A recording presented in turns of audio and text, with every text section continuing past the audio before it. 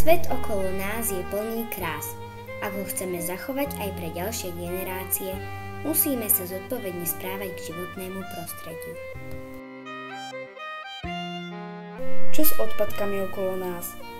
Neexistuje nejaké zmysluplné riešenie?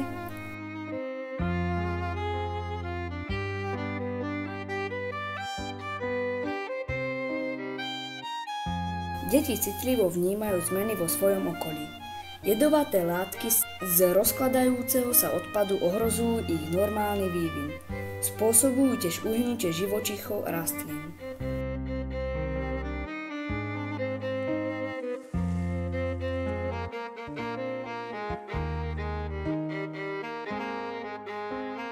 Vzťah k prírode je nutné budovať od detstva.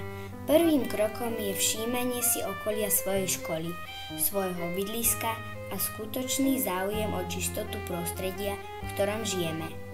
Veď odpad produkuje každý z nás.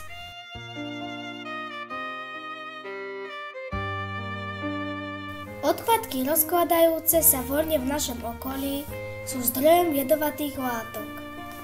Ich umiestnenie na smetisko nemusí byť jediným riešením. Z odpadového materiálu je možné vytvoriť netradičné výrobky. Rolky z toaletného papiera sa premenia na buldozer zo skládky alebo na známe budovy z nášho mesta či maketu školského areálu.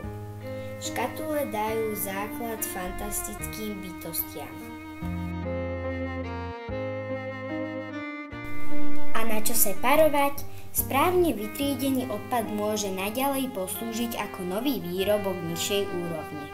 To znamená, že plastová fľaša v ďalšom cykle poslúži ako flísová bunda, z vypísaného zošita môžu byť vreckovky a sklo sa napríklad môže recyklovať neustále. Separovať však treba vedieť. Aj najmenšie dieťa vie, že modrý kontajner patrí papieru, žltý plastom a zelený sklu.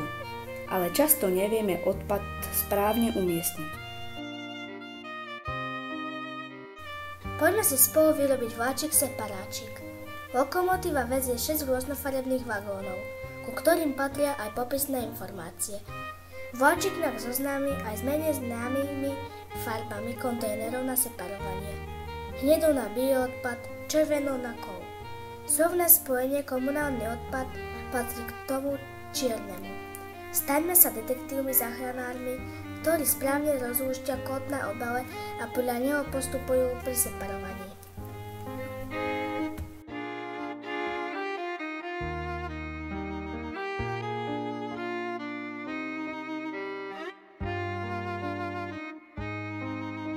Malá bodka na mape.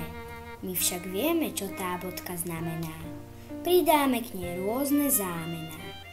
Moja, tvoja, naša.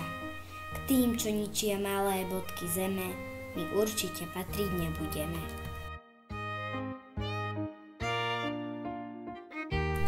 S podkami tu nechcem žiť, preto musím pretriediť. Najprv sklo, sklo a sklo, aby smetisko neprasklo. Potom kovy, nezbude z nich byť sa gnovy. Plasty to sú riadne jedy, keď ich hodíš do prírody. A keď papier separuješ, príroda ti poďakuje.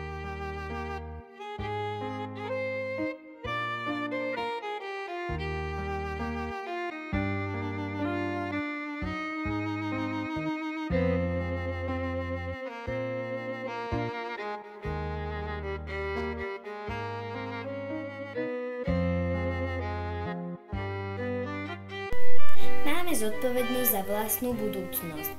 Zamyslíme sa nad naším postojom.